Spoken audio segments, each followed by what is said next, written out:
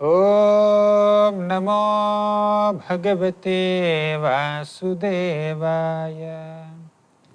ॐ नमो भगवते वासुदेवाय।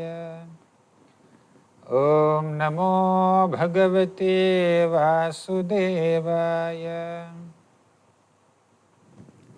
Hare Krishna. Welcome to Bhagavad Pravaha.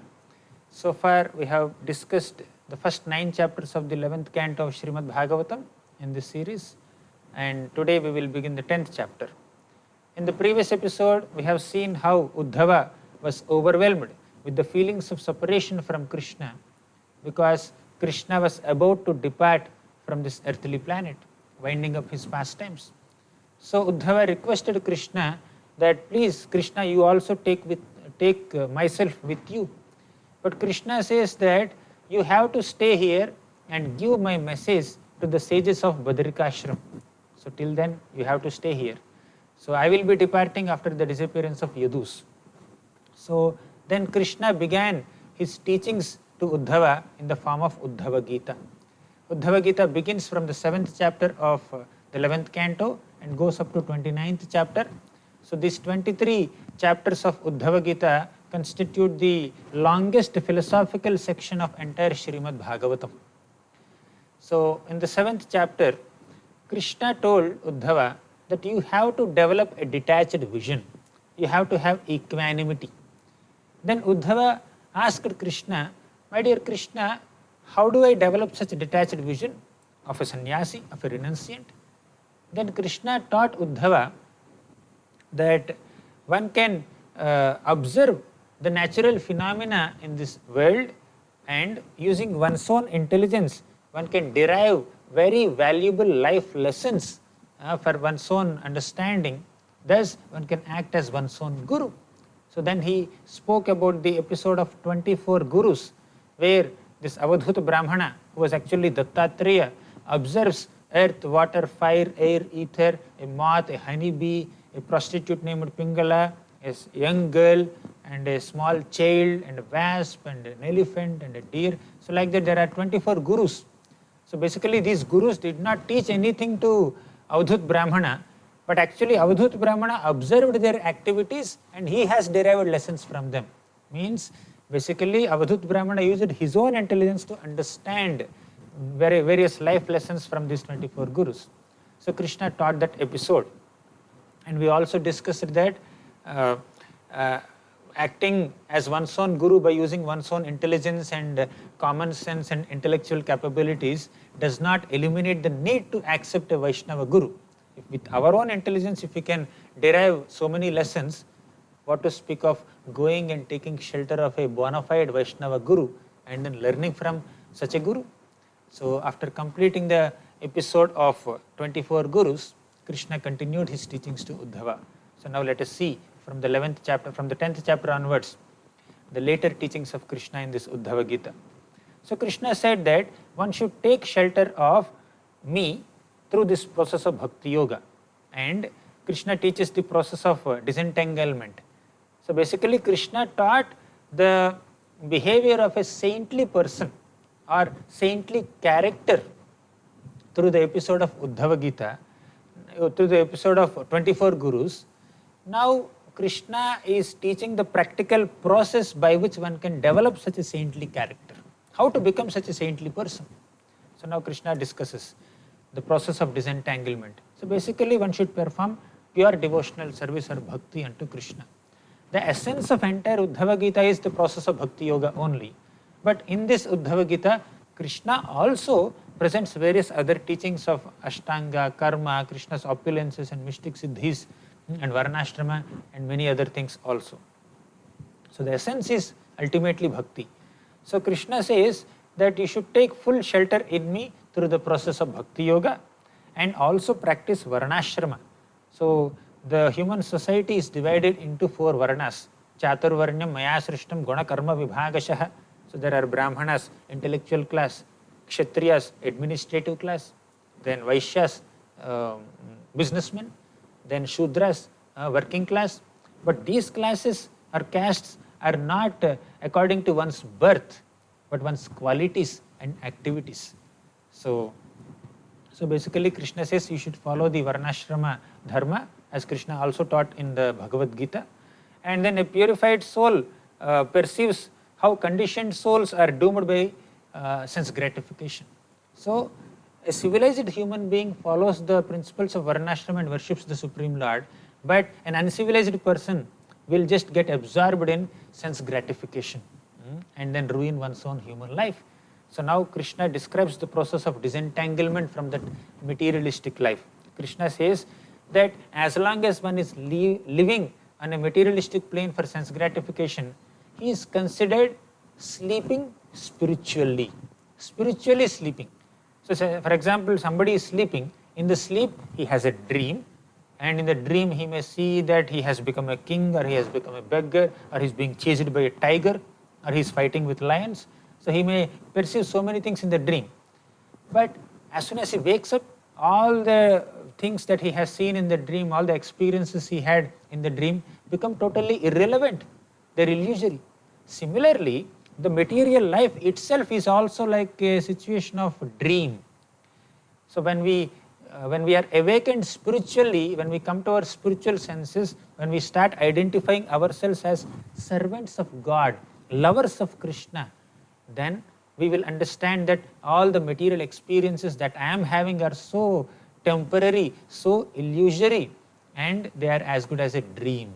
Just like dream is irrelevant in the real life, the real material life is irrelevant from a spiritual perspective. So now Krishna says that one may perform so many karmas in this material world, one may incur reactions to those activities, but one should come from that stage of karma to akarma. Akarma means acting without incurring any material reaction for one's action. So one should do that, and one should also accept a guru for spiritual guidance. And what are the qualities of a disciple who accept a guru? The disciples should be amani, free from false ego. Amatsara, one should never think oneself to be doer. One should not have that false prestige of doership. Then third quality is daksha. A disciple is not lazy. Fourth quality, nirmama, no proprietorship, no sense of possessiveness. Then dridha sauhrudaha, one should have loving friendship with guru. And asatvaro, one should never get bewildered or get illusioned or confused. And also one should desire advancement in spirituality, one should be freed from envy, anasuya, and one should be amoghavak, one should avoid useless talk or prajalpa. So in this way, one should cultivate all these qualities and be detached and worship Guru, take the guidance of Guru to advance in spiritual life while doing his duties of Varnashram. Right? So the soul is spiritual in nature and the body is material in nature. So the soul is different from the body. One should have this basic understanding in spiritual life. I am not this body. I am a spirit soul. As a spirit soul, my activities are different from my activities when I am entrapped in this material body. As long as we are in this body, we have to do so many duties for maintaining this body and bodily relations. But as spirit soul, we have other duties.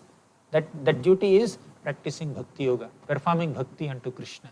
So while being in this material body, if one is trying to perform spiritual activity of rendering service to Krishna by hearing, chanting, etc., one can eventually come out of this material body and attain a permanent spiritual body and stay in the spiritual world as a companion, as a servant of the Supreme Lord Krishna.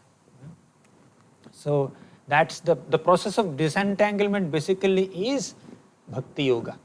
So now there are two energies of the Lord, vidya and avidya. Vidya is knowledge, avidya is ignorance. These two are products of the Lord's energies only. So by vidya, by spiritual knowledge, one should destroy one's material ignorance. So to cultivate that vidya, one should approach a guru. When some people say that the material objects and sense gratificatory elements in this world continue to exist, the Karma Mimamsa philosophers, they say that material objects continue to exist, but knowledge keeps changing. So now Krishna refutes that kind of argument that spiritual knowledge actually can destroy one's ignorance and material entanglement if that is imbibed and implemented properly. So now, when a person is always under the control of superior powers, how can he always be happy? Somebody is always under the control of superior powers, he does not have independence, so how can he be happy? So a materialistic person or a conditioned soul in this world is constantly controlled by the higher powers. And he is entangled in it. So he cannot actually derive happiness, but to come out of that entanglement, one should take shelter of a bona fide guru and cultivate spiritual knowledge. So now there is only relative happiness in this world. So now even if one knows how to be happy materially, and even if one knows how to avoid misery, one cannot avoid death. So during one's life, one may avoid unhappiness and try to cultivate happiness, but still he encounters a lot of distress, but whatever it may be, he cannot avoid death. So material happiness is ultimately futile, ultimately very feeble. So the conclusion is that attempt for material happiness, thinking that material sense objects are permanent and knowledge is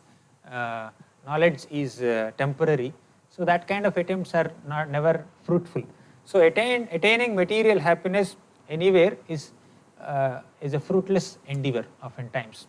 So some people may think that I will do sacrifices for demigods and I will go to heavenly planets and I will enjoy heavenly damsels there.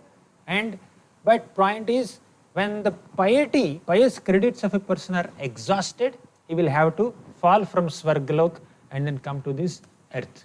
So kshene punye martyalokam vishanti. One cannot perpetually stay in heaven. So aspiration for material happiness is frustrated in this material world. So this material world is dukkhalayam and ashashvatam, and one cannot attain permanent happiness in this material world, whatever may be one's endeavor. So now, by doing pious activities also one may not attain permanent happiness. By doing impious activities also one cannot attain permanent happiness. Now somebody may do sinful activities, for example, by impious activities with bad association and uncontrolled senses. So he may have material desires and he becomes miserly, greedy and lusty. His mind gets polluted and he becomes violent and aggressive. These are all impious activities. By these impious activities, one has to undergo sinful reactions. One may have to undergo suffering, the various kinds of sufferings in hellish planets. So that is very clear and it is well known. So now what if one does pious activities? By doing pious activities one will attain Svargaloka, and there also once the pious credits are exhausted he will have to come back. So one needs to understand that there is no happiness, there is no permanent happiness either by pious activities or impious activities. So we are not the doers, the material modes are the doers. So under the influence of material modes, we may perform so many activities, but those activities driven by material modes will only give material results, and neither happiness or suffering on a material plane is impermanent. Better take to spiritual life. That's the emphasis given by Krishna. So when somebody takes to spiritual life, although such a person stays within this material body in the material world, still he is considered liberated soul or Jivan Mukta. But someone who is under the influence of modes acting on a material plane, doing pious or impious activities, he is called a conditioned soul and he will undergo perpetual cycle of repeated birth and death. So now Uddhava has a question. What are the symptoms of these conditioned souls and liberated souls?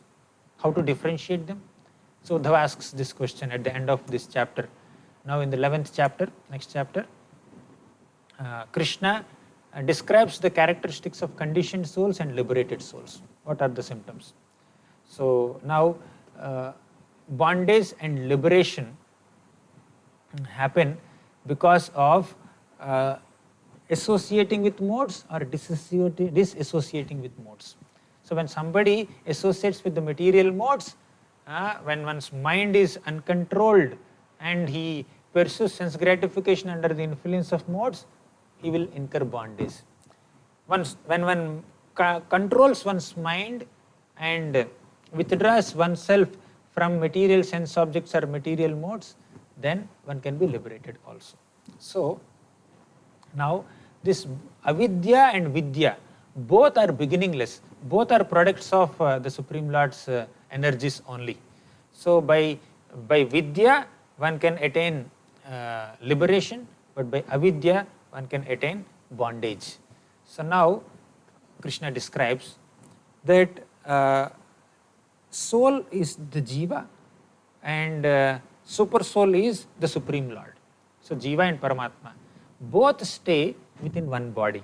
So within this one body, material body, there is spirit soul, and there is also the Supreme Lord Krishna in his form as Paramatma or super soul, Upadrashta, Anumanta, and in Bhagavad Gita also Krishna describes Ishvaraha sarva bhutanam hriddeshe arjuna tishtati, means the Supreme Lord Krishna stays within everyone's hearts as the super soul.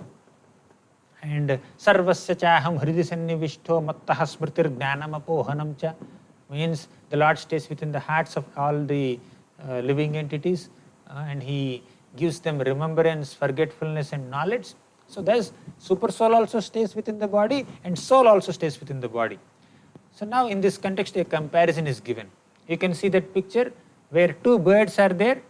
So the super soul and souls staying in this material body is compared to two birds staying on a tree. So one bird, means the jiva or the soul, is absorbed in enjoying the fruits of the tree. Other bird, the super soul, is witnessing the activities of this soul. So there are two birds. You can see that picture. So now this Paramatma knows himself and knows the soul also. And he is ever liberated, he is never entangled. And if the jiva, he does not know the Paramatma, he does not know himself also, and he can encounter bondage. But if the jiva takes to bhakti yoga, he can avoid bondage by knowing himself and by knowing Paramatma also. That's why the 13th chapter of Bhagavad Gita is called Kshetra Kshetragna Vibhaga Yoga. Kshetra means this body, Kshetragna means the knower of this body, which is the soul and the super soul both. So now a liberated soul is, although living in the body, although he is situated in the body, it's as good as he is not living in a material body because his consciousness is spiritual. But a conditioned soul, he lives in the body and he identifies with the body, while the liberated soul does not identify himself with the body. So just like super soul stays within the body, he does not identify with the material body. Similarly, a liberated soul also stays within the body, but he does not have a bodily identification or bodily attraction or possession towards bodily relations or objects. So, and a liberated soul considers that my body is interacting with so many sense objects, means the senses of this body interact with sense objects, and that will create entanglement. But this is, senses are material, sense objects are material, so how can there be any happiness for a spiritual soul through material interaction? So material senses are interacting with material sense objects. But the soul is not material, soul is spiritual. How can soul derive any happiness? There is only happiness derived by the material senses. And the soul, because of its identification with the body, undergoes happiness or distress on a material plane. But if the soul does not identify oneself with the body, there is no material happiness, there is no material distress. But a conditioned soul identifies with the body and also thinks that I am the doer. But a liberated soul stays aloof from the material activities. I am not doing these material activities. And Krishna describes so many qualities of a liberated soul. You can see in that chart. This liberated soul is never bound by any bodily activities. He is always situated as witness to all those actions. And although he is situated in Prakriti, he is not attached. And all functions of his prana, senses and mind and intelligence are performed without any material desires. He is unaffected by violence. He is not affected by other people praising him or criticizing him. So like that, a liberated soul is beyond the dualities. So that's the nature of a liberated soul. And a liberated soul attains perfection through spiritual knowledge or jnana. So then, but ultimately, the ultimate liberation is possible through pure devotional service. Liberations are also 5 types. There are 4 types of personal liberation. There is one impersonal liberation. So that is Sayujya. Salokya, Sarishti, Samipya, Sarupya, Aikatvam. Salokya means staying in the same planet as the Supreme Lord, Vaikuntha. Then Sarupya means having the same form as the Lord. You see, Lord Vishnu has 4 hands and yellow pitambar and all that. Then the Lord's associates, Vishnu Parshadas, who attain Sarupya Mukti, they also have a similar form as the Lord with 4 hands. So Salokya, Sarupya, then Samipya means staying in the same planet very close to the Lord. This Samipya liberation is one step ahead, is a advanced liberation compared to Salokya. Salokya means you stay in the same planet as the Lord, not necessarily next to the Lord. But Samipya means you stay right next to the Lord, very close to Him. So Salokya, Samipya and Sarupya. Then Sarishti means having the same opulences as the Lord. But Sayujya means just merging in the effulgence of the Supreme Lord. So some jnanis, by cultivating knowledge, they may enter Sayujya. But pure devotees, they also have knowledge, spiritual knowledge about Krishna's Nama, Rupa, Guna, Leela, and they also render services to the Lord. They attain personal liberations. Or they may sometimes reject personal liberations also if there is no service. We discussed in the 3rd canto of Bhagavatam in teachings of Lord Kapila. So, Diyamanam na grihananti vina mat sevanam janaha. So Krishna says that one should attain perfection only by pure devotional service. So jnana also can be aimed at impersonal liberation. But devotees, pure devotees are not interested in such impersonal liberation. Although that is also liberation, that's like transcending this material existence, that's good. But the best thing is to render service to the Lord. So that happens by associating with pure devotees, and one can go back to Godhead. So that bhakti or pure devotion is stimulated by Vaishnava Sangha, or association of devotees. Now Uddhava asks a question. Oh, I understand the qualities of liberated soul and conditioned soul. I understand that ultimate liberation is to be situated in the practice of Bhakti Yoga. And I understand that Bhakti can be best practiced in association of devotees. And one can go to spiritual world also by Vaishnava Sangha and Vaishnava Seva and by Bhakti Yoga. Now, what type of person do you consider your true devotee, O Krishna? We are emphasizing on Bhakti Yoga. So who is the best Bhakti Yogi? Whom do you consider your true devotee? And what type of devotional service should be offered to you? So in this way, Uddhava asked these questions. Then Krishna describes the qualities of devotees. So there you can see in that slide, there are 28 qualities of devotees. Okay. So some of them are pure devotees, some of them are mixed devotees also, but devotees have these qualities. Kripalu means devotee is merciful. Second quality. Akrita droha, a devotee never harms others. Third, Titikshu, devotee is very tolerant and forgiving towards everyone. Then Satyasara, he knows the meaning of life. And Anavadhyatma, he does not envy anyone. Samaha, he is equal in all kinds of dualities. Then Sarvopakaraha, he is dedicated to causing welfare to others. He helps others. Then Kamair Ahatadhir, his intelligence is never bewildered by material desires. Like that, there are so many qualities for devotees. Sense control, Danta, then pleasing behavior, pure and exemplary activities, and freedom from possessiveness, never endeavoring for any worldly materialistic activities, and controlled eating. Then Shanta is peaceful, Sthira is very steady. Then Mat Sharana means accepting Sharan, shelter of the Supreme Lord Krishna. So of all these qualities, this 17th quality, Mat Sharana, is the topmost quality. The foremost quality of a devotee is to take exclusive shelter of Krishna. And all other qualities will just automatically manifest in him, sooner or later. So then other qualities are Muni, thoughtful, then cautious, and or respecting others. So basically all qualities will manifest in a devotee by taking shelter of Krishna. We have studied in the 5th canto also. Yasyasti bhaktir bhagavatya kinchana sarvair gunaistatra samasate suraha harava bhaktasya kuto mahadguna manorathena sati dhavato bahi. So yasyasti bhaktir bhagavati akinchana. If someone is doing akinchana bhakti or unflinching pure devotional service unto Krishna, sarvair gunais tatra samasate suraha, all great qualities of even devatas also will manifest in the personality of such a pure devotee. So bhakti comes first and all good qualities will follow that bhakti. So we have to first take shelter of Krishna. Krishna will purify us from all bad qualities. And while practicing bhakti, we should also try to cultivate good qualities. Humility, respecting others, satisfaction, tolerance, patience, compassion.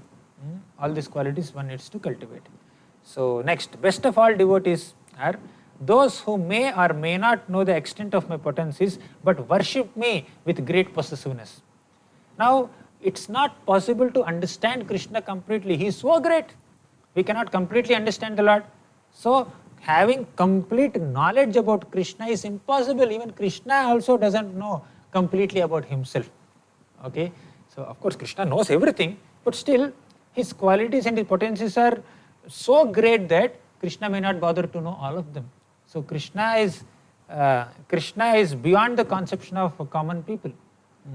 So, that's why Krishna says, Name viduhu suraganaha prabhavam na maharshayah aham adir hi devanam maharshinam cha sarvashah. Means even great devatas and sages also cannot know me completely. So, a devotee, best devotee, may not know Krishna properly, Krishna completely, but he has love for Krishna. He has devotion towards Krishna. That makes him best of all devotees. Best of all devotees is not a person who has complete knowledge about Krishna. Best of all devotees is a person who has love for Krishna. That's what he says.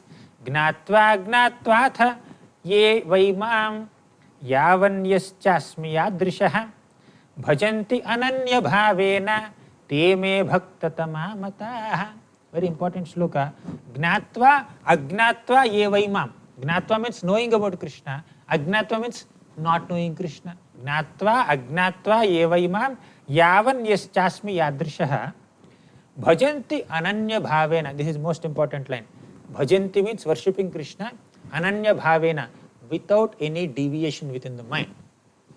So, whether you know Krishna completely or don't know Krishna completely, if you worship Krishna with pure devotion, with great love and affection, with full sincerity, without any deviation, ananya bhavena, then yeme bhaktatama mataha. Bhaktatama means greatest devotee. So bhakta, bhaktatara, bhaktatama, taratama means great, greater, greatest. Bhaktatama means best of all devotees. Right? So now what are the specific characteristics of those devotees? What is the method in which they perform bhakti? Krishna says, they will see the form of the Lord in the form of deity. They worship, they touch, they serve, they praise. So deity worship is one of the most exciting and important elements of bhakti yoga. So one should have faith in hearing the topics of Krishna. One should meditate on Krishna. One should offer valuable objects to the deity forms of Krishna. One should offer oneself, that is called Atmanivedanam. And there are many other qualities that Krishna lists. You can see in that slide that specific characteristics of the devotees are that devotee discusses about Krishna's janma and karma. Janma karma chame divyam evam yoviti tattvataha. And they celebrate festivals like Janmashtami, Radhashtami, Balaram Jayanti. So many festivals are coming up. And they also perform initiation according to Pancharatra and Vedic standards. And they observe the various Vaishnava vows like Ekadashi, Vrata. They don't accept grains on Ekadashi. And they have faith in establishing deities. They engage in special projects and engaging others in devotional service. Like that, they serve in temple. They pluck flowers and offer to Krishna. They make garlands and like that.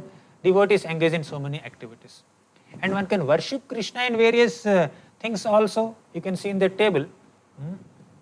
that one can worship Krishna in 11 places. In sun, one can worship Krishna by reciting shlokas. And in fire, one can worship Krishna by offering oblations. Now you are offering oblations in fire in a sacrifice, that is also worship. And in Brahmana, one can worship the Lord by proper reception, by worshipping them, by respecting them. And the Lord is worshipped in cows by feeding her grass. The Lord is worshipped in devotees by respecting them. The Lord is worshipped in ether by meditating on space. The Lord is worshipped in air by thinking as chief prana, because Lord is prana within. And one can worship Krishna in water by offering various items of water. So like that, the Lord can be worshipped in different places. So there should be only a desire to worship Krishna, but the opportunities to worship Krishna are unlimited. The facilities to worship Krishna are also unlimited. If you don't have facilities, if you don't have external opportunities, internally within the mind also one can worship Krishna. But what is more important is a desire to serve Krishna. The result of worshipping Krishna, Krishna describes that those who worship me with fixed attention obtains unflinching bhakti unto me, unflinching love towards me. And result of not worshipping is entanglement in this material world. So Krishna says, now he tells Uddhava, because you are my dearest devotee, you are non-envious, you are my well-wisher, you are my friend, I am going to reveal to you a great secret. I will speak about the greatest of all devotees, that is the gopis of Vrindavan. So in the 12th chapter, Krishna describes that perfection comes through association with devotees. So only by associating with devotees one can destroy material attachment, and one can attain one cannot attain Krishna by Ashtanga Yoga and all that. One may perfect one's Ashtanga Yoga, one may realize Paramatma, but one cannot attain Bhagavan Krishna by mystic yoga, by speculative analysis, or by fruitive activities. One can attain Krishna only by bhakti.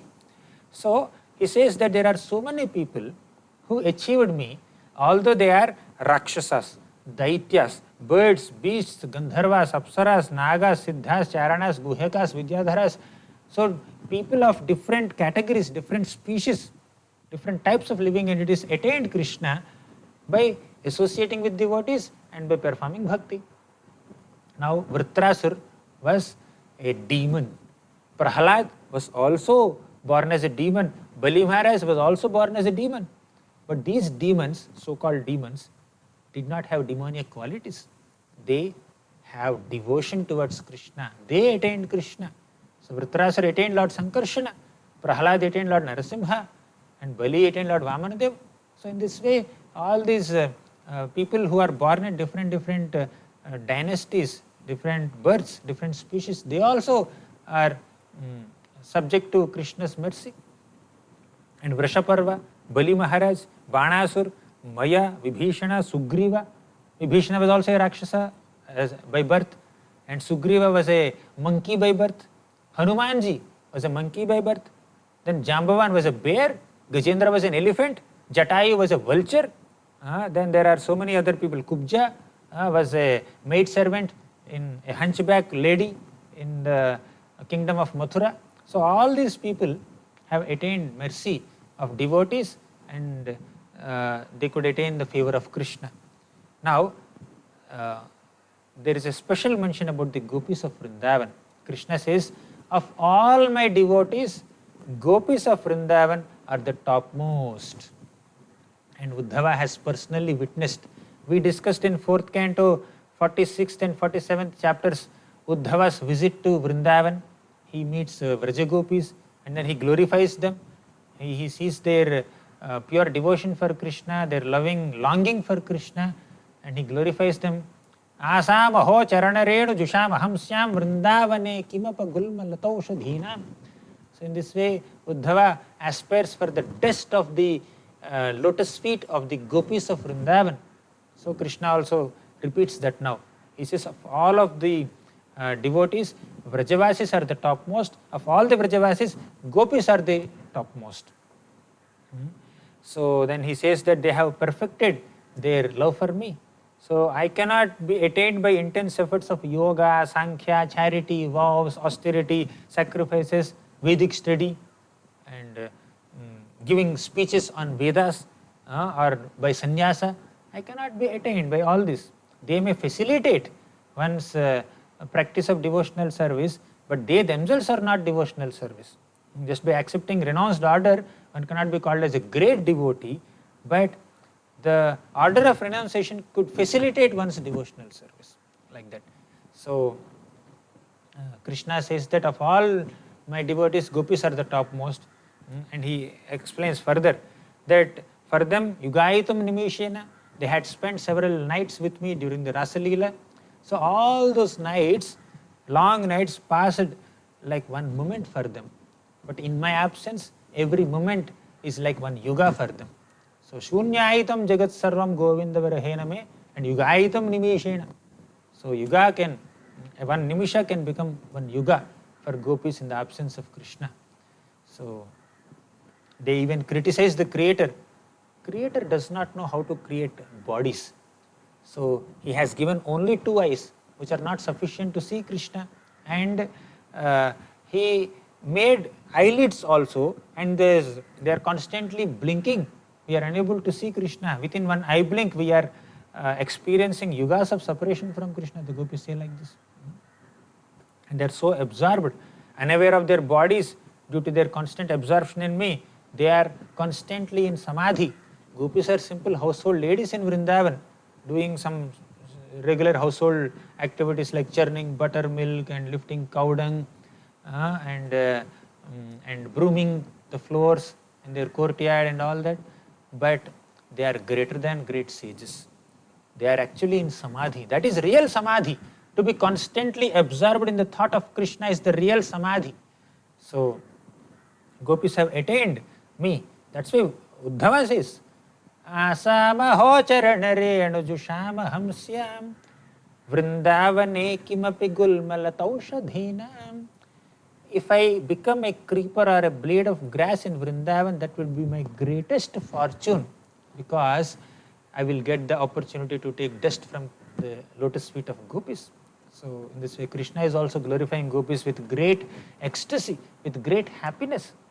So, then Uddhava further asks, oh my dear Lord, you have glorified the process of pure devotional service, and I also heard about Pravritti Marga and Nivritti Marga and then Bhakti and so many other things, Karma, Gnana, Bhakti. So, which one is best?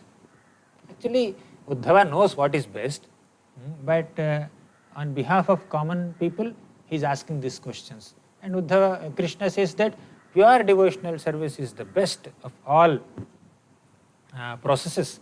So, now I am present, I can be perceived in my subtle form within the heart, and I can also be perceived in gross form by externally, by the sounds of Vedas. So, you can realize me only by pure devotional service. And I am all pervading. So, even if somebody is not a pure devotee, still one can perceive the presence of the Supreme Lord, because he is all pervading. One can perceive the presence of the Lord by observation, by common sense. We have seen in the 24 Gurus episode also. Now, in the 24 Gurus episode also, the Avadhut Brahman is deriving lessons and lot of knowledge by observing various natural phenomena. And with one's own intelligence, if we can understand various lessons from the creation, with that intelligence one can also understand that there must be a creator behind the creation. With my intelligence, I can derive lessons from this creation. How much would be the intelligence of a creator who has manifested this creation? Thus, by using one's own common sense and logical abilities also, one can understand the existence of a supreme person behind this manifested universe. And to understand that supreme person, one will take shelter of other intelligent people who are actually devoted to that supreme person. So, our common sense and intelligence would eventually bring us to a stage where we take association of devotees to understand Krishna better. So, then the Lord, Krishna gives examples. I am like the vertical and horizontal threads of a cloth. The cloth exists the cloth sustains on threads which are woven vertically and horizontally. That's what a cloth is. Similarly, the entire universe sustains on the Supreme Lord, and the Supreme Lord Krishna is that vertical and horizontal threads which are like latitude and longitudes of this universe. So then that completes 12th chapter. 13th chapter we will discuss now. So in the 13th chapter, Krishna describes the way of conquering material modes. He says that there are 3 modes.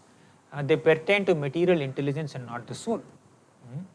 So these 3 modes are Sattva-guna, mode of goodness; Rajo-guna, mode of passion; Tamo-guna, mode of ignorance. So these 3 modes entangle the conditioned soul in this material world. But of all these 3 modes, the material mode of goodness is considered the best. So all 3 modes are entangling. But if one is in lower modes of passion and ignorance, the entanglement is even more. But if one slowly, gradually comes to the state of mode of goodness, then from mode of goodness he can transcend the modes also. So one has to cultivate mode of goodness, and mode of goodness is very conducive for spiritual practices and helps one to transcend that mode of goodness also. So just like a flight cannot take off from anywhere, flight has to come on the runway. So the airplane has to come on the runway, and from there it can take off.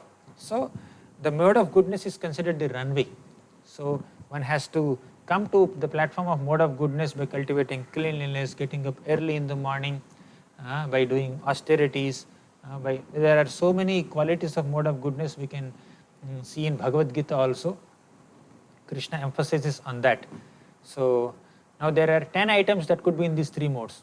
Scriptures can be in 3 modes. So Vyasadeva has written 18 Puranas. So 6 Puranas are in goodness, 6 Puranas are in passion, 6 Puranas are in ignorance. So scriptures can be in different modes. Water can be in 3 modes. Then population can be in 3 modes. Place can be in 3 modes. Then, for example, a forest or a pure garden, vana, is considered to be in mode of goodness, and a city is considered to be in mode of passion, and some unmentionable places like brothel or liquor shop, these are considered to be in mode of ignorance. So, but a temple of the Supreme Lord Krishna is considered to be beyond modes. So, places can also be in mode of goodness, and mode of goodness, passion and ignorance, 3 modes. And time can also be in 3 modes. For example, early morning, Brahma Muhurta time is considered very conducive for spiritual practices. That is in mode of goodness, right? So then during the daytime it is passion, somewhere in the evening and night time it is in ignorance. So like that, time can be in 3 modes, actions can be in 3 modes, birth can be in 3 modes, meditation can be in 3 modes, mantras can be in 3 modes, samskaras can be performed in 3 modes, rituals can be done in 3 modes. Like that, Krishna speaks that different items in this world can be under the influence of 3 modes. So one has to understand that one's activities and thoughts and pursuance should be towards mode of goodness and not towards the lower modes of passion and ignorance. So one should ultimately try to cultivate sattva guna and not rajo and tamo gunas. So then Uddhava questions, why human beings want to enjoy under the material modes, although they are suffering? Then Krishna says that false identity with material body is in mode of passion, and in mode of passion one will have a lot of material desires and one will be materially advanced, and thinking that he can become happy, he will undergo a lot of suffering. So the solution is again to absorb one's mind in Supreme Lord Krishna. So for that, coming to mode of goodness will help. So bhakti is beyond modes, but one should cultivate mode of goodness to be able to more effectively practice bhakti. But it's not a prerequisite as such. Bhakti is beyond modes. Bhakti does not have any prerequisites, but it could, coming to mode of goodness is a recommendation given by the scriptures and acharyas, that in mode of goodness one can easily cross over the modes and one can effectively practice bhakti yoga. That's why we get up early in the morning and chant the holy names of the Lord. We can chant the holy names of the Lord anytime during the day, But early morning chanting is more effective. We can concentrate better there. So then there is one incident that Krishna quotes here. He says that once I have given knowledge to 4 Kumaras about the entanglement of a conditioned soul because of senses and sense objects in the mind. Then Uddhava asks, I want to know more details about it. Then Krishna starts speaking about that incident. Once Lord Brahma was discussing with his 4 sons, the 4 Kumaras. So these 4 Kumaras asked Brahma, my dear father, there is a close connection between the senses and sense objects. Senses and sense objects are mutually attracted to each other. How to destroy this mutual relationship between senses and sense objects? Because of senses and sense objects and sense gratification only, the conditioned soul is continuing in the cycle of birth and death. How to destroy this? So Brahma, somehow he could not answer this question. So Brahma is an exalted devotee. He is the creator of the universe. He is devoted to Krishna. But still, because of being too much engaged in these activities of creation, Brahma could not answer this question. But Brahma meditated on the Supreme Lord.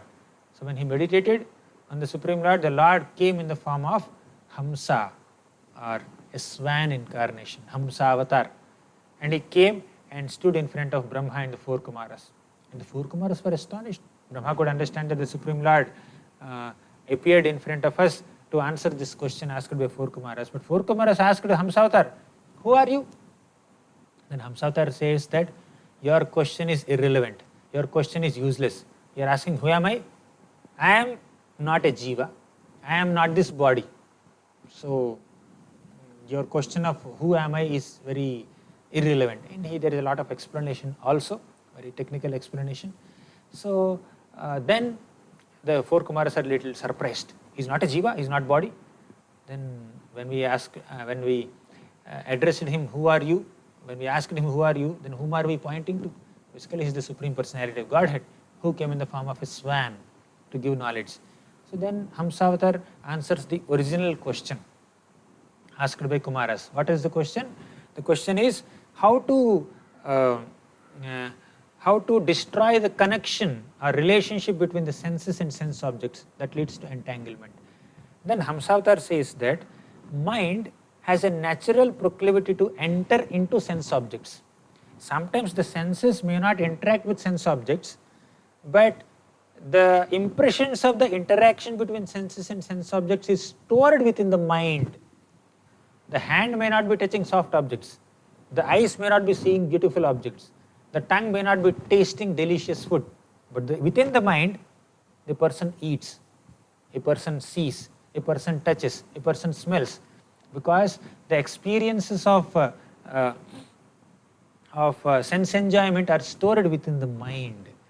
So when experiences of sense objects are stored within the mind constantly hankers for sense gratification, and mind instigates the senses to run behind sense objects.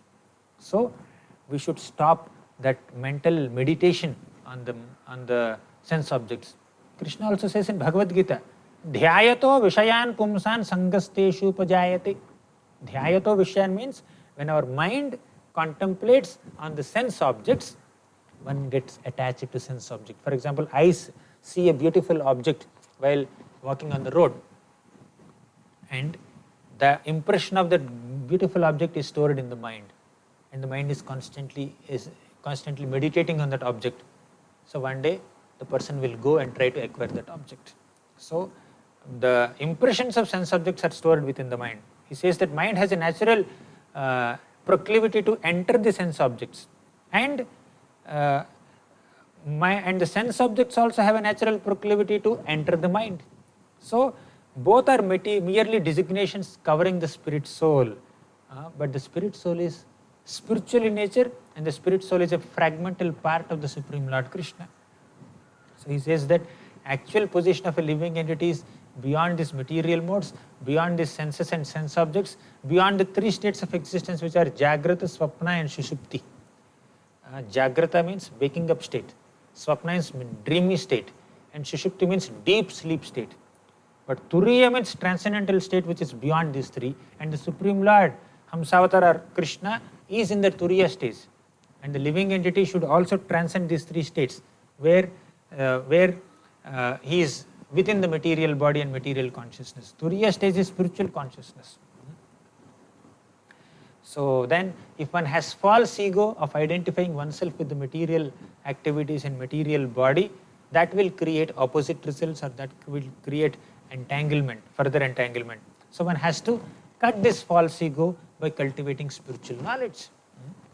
So then different modes create different consciousness, different types of consciousness. The three states arising by the gunas create various transformations. But these are temporary like a dream. The three states are Jagrat, Swapna, Sushupti. Sleep state, wake up state, sleep state, and deep sleep state. But these are all products of three material modes only. So one should try to come out of the material modes by practicing devotional service and disentangle oneself from the influence of material modes. So liberated soul does not notice the external changes of body because he is absorbed in spiritual consciousness.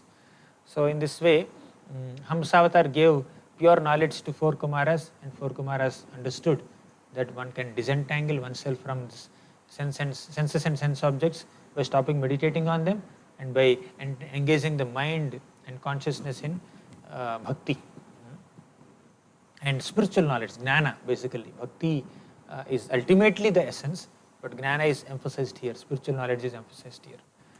Then in the 14th chapter, Krishna describes, Uddhava asks a question, are all the processes equally important? There is jnana process, there is karma process, there is ashtanga process, there is bhakti process. These are all spiritual practices. Are all of them equally important? Then Krishna again repeats that yes, bhakti is the supreme. All are not equal. Bhakti is the supreme. And he first describes the parampara of bhakti. First, the Supreme Lord enlightened Brahma. Then Brahma spoke to Manu, Manu spoke to the 7 sages. Essence of all processes is bhakti. And by performing bhakti, you are not deprived of the results of other processes also. Krishna says in Bhagavad Gita also. There are so many parallels between Bhagavad Gita and Uddhava Gita. So Krishna says in Bhagavad Gita, Vedeshu yagneshu tapassu chaiva daneshu yat punya phalapratishtam atyati tat sarvamidam vidhitva yogi param sthanam upaiti chadyam. So what you attain by Vedas, studying Vedas, yajnas, by doing sacrifices, tapassu, by doing austerities, chaiva daneshu, by giving charity, yat punya phalapratishtam, by doing so many pious activities and incurring pious results, you can get all of them by practicing bhakti. So, but you will get much more than what you can get by them also. So bhakti is supreme.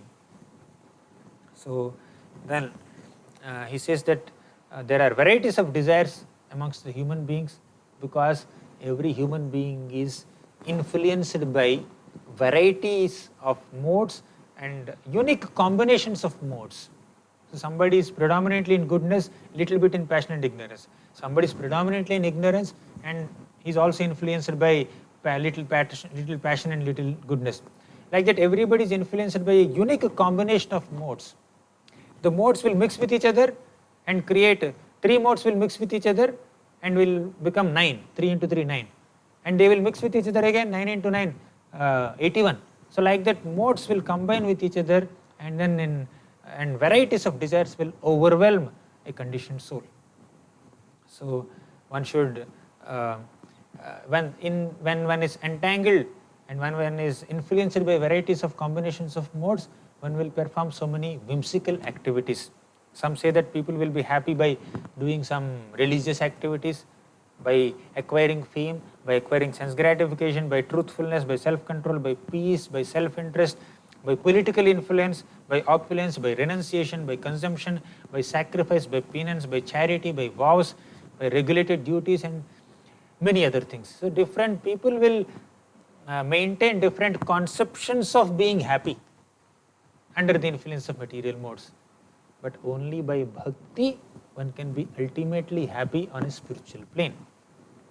So then Krishna describes the glory of pure devotional service again. So there is repeated description and glorification of bhakti throughout Uddhava Gita. In the 13th shloka of this chapter, Krishna says that happiness is there only in bhakti. A devotee only can be happy. He says, akinchanasya dantasya shantasya samachetasah maya santushta manasah. Maya santushta manasah sarvaha sukhamaya dishah. So akinchanasya dantasya. Akinchana means unflinching devotional service. Danta means self-control. Shanta, very peaceful. Samachetasah, having an equanimity of mind. Maya santushta manasah. Maya means me. Maya is the Lord's energy, but Maya means, it's referring to Krishna himself. Maya santushta manasah, being satisfied at heart, at mind, by being absorbed in Krishna. Then sarvaha sukhamaya dishaha. For such a person, all directions are filled with happiness. So one will attain happiness only by bhakti unto Krishna. Such a devotee will not aspire for anything else other than bhakti. In the 14th shloka, Krishna says, na parameshtyam na mahendradhishyam na sarvabhaumam na rasadhipatyam na yoga siddhir apunar bhavam va mayyarpitatme chhatimad vinayat. So vinanyat. So Krishna says, na parameshtyam. A devotee does not aspire for the position of parameshti. Parameshti means Brahma. So he does not want even the position of Brahma also. Na mahendradhishyam. Mahendra is Indra. He does not want the position of Indra, the king of heavens. And na sarvabhaumam. He does not want the rulership of this entire Bhumandala, earthly planet. So he rejects the position of king of Brahmaloka, king of heaven, king of earth also. Na rasadhipatyam. He rejects the position of the king of Rasatala also, means the lower planetary systems. So he does not want to become a ruler in any of the 14 planets.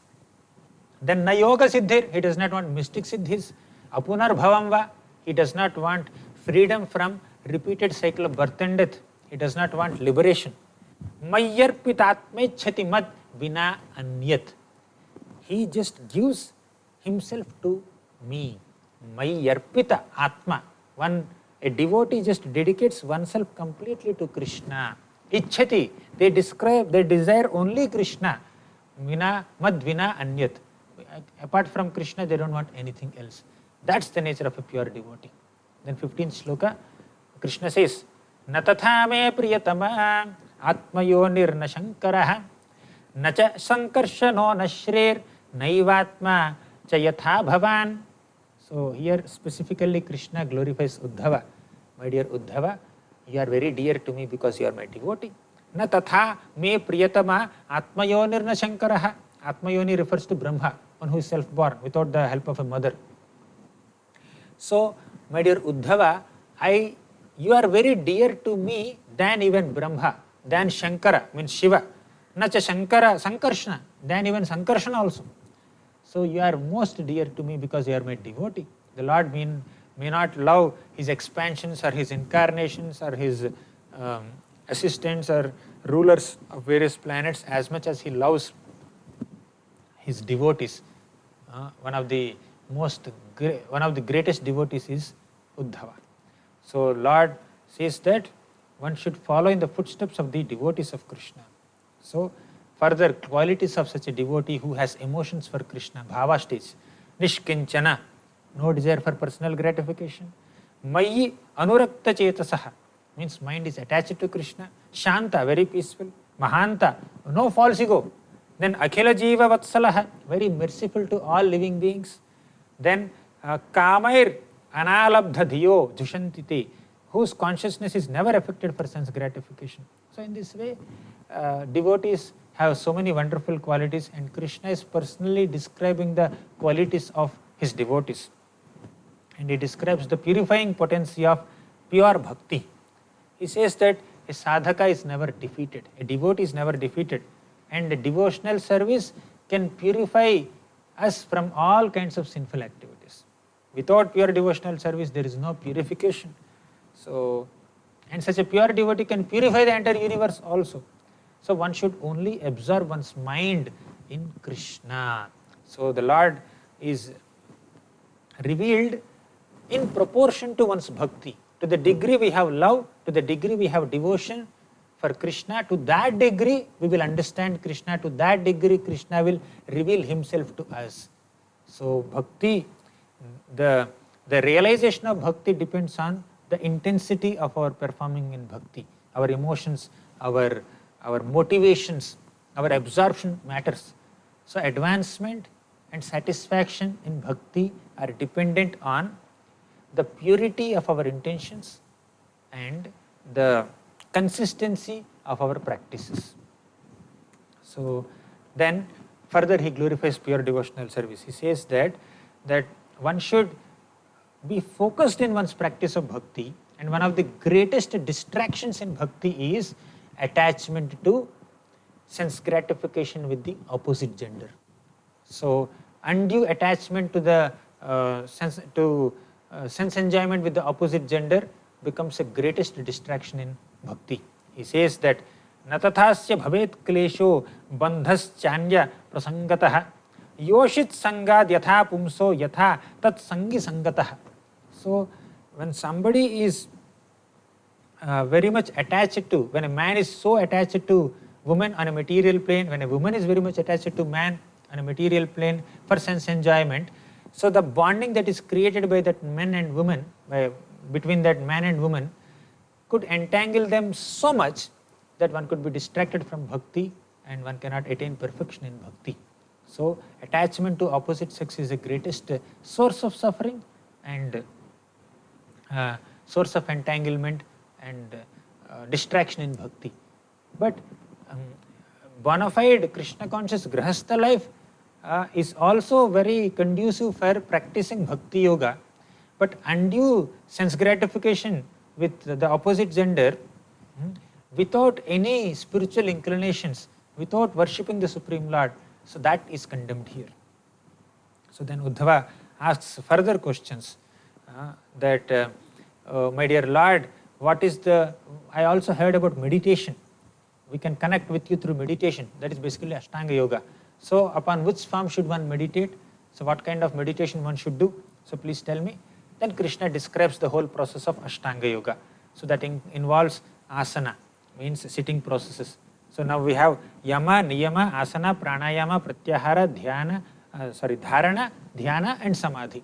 So yama and niyama are rules and regulations, do's and don'ts, prescriptions and prohibitions. They are called yama and niyama. Then next is asana. Asana means sitting exercises. Then pranayama means breathing exercises. Then later yama, niyama, asana, pranayama, pratyahara, trying to control one's mind from distracting elements, trying to withdraw one's mind and senses and focusing on the goal of meditation on Paramatma. That is called pratyahara. Dharana means meditating on the form of the Lord. Dhyana means intensified meditation on the form of the Lord. So dharana involves meditating on the overall form of Krishna or Paramatma. Dhyana involves meditating on each and every limb of the Lord, going very deep. And when we do like that, we can enter samadhi, trance of complete absorption in Krishna. So, and when somebody does that meditation while performing Ashtanga Yoga, if that yogi is fortunate, by meditating on the Lord, he could become a Bhakti Yogi. From Ashtanga Yoga, he can shift to Bhakti Yoga and become a pure devotee. But an Ashtanga Yogi, if he is not fortunate enough, he may do dhyana, he will try to withdraw his mind from that beautiful form of the Lord and try to go to the next step of samadhi and attain liberation. So, and by doing Ashtanga Yoga, people can attain Ashtasiddhis. Ashtanga Yoga means 8 kinds of practices. Ashtasiddhis means 8 kinds of perfections. These are all material only. So, in the 15th chapter, Krishna describes 8 kinds of perfections. There are so many kinds of perfections, 8 are prominent.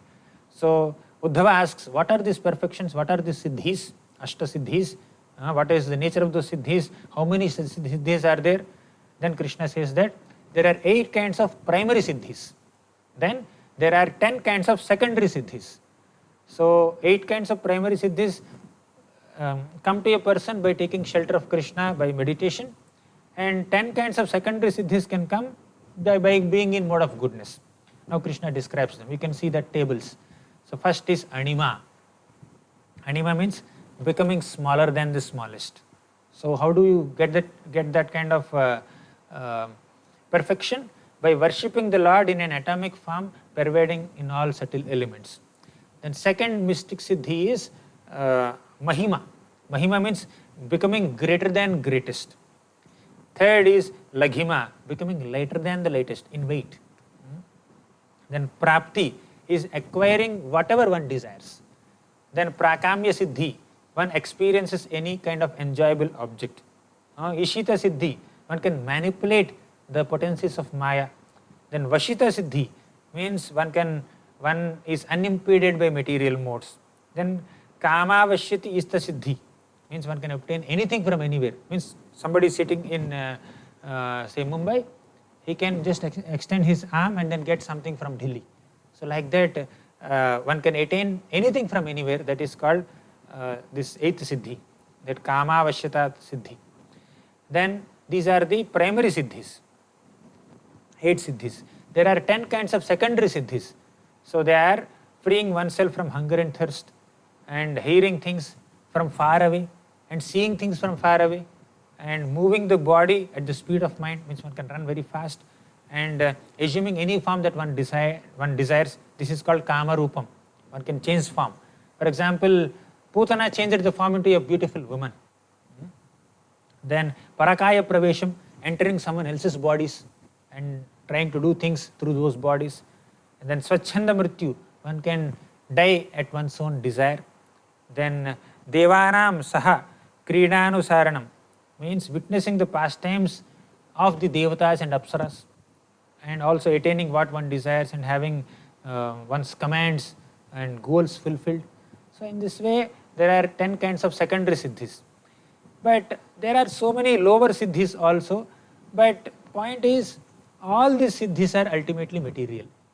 And devotees who are interested in pure devotional service are not so excited with possessing these siddhis. We have also discussed in the episode of Rishabhadev where he rejected these siddhis. So in this way Krishna summarizes so many siddhis and also describes the futility of these siddhis and superiority and supremacy of pure bhakti unto Krishna.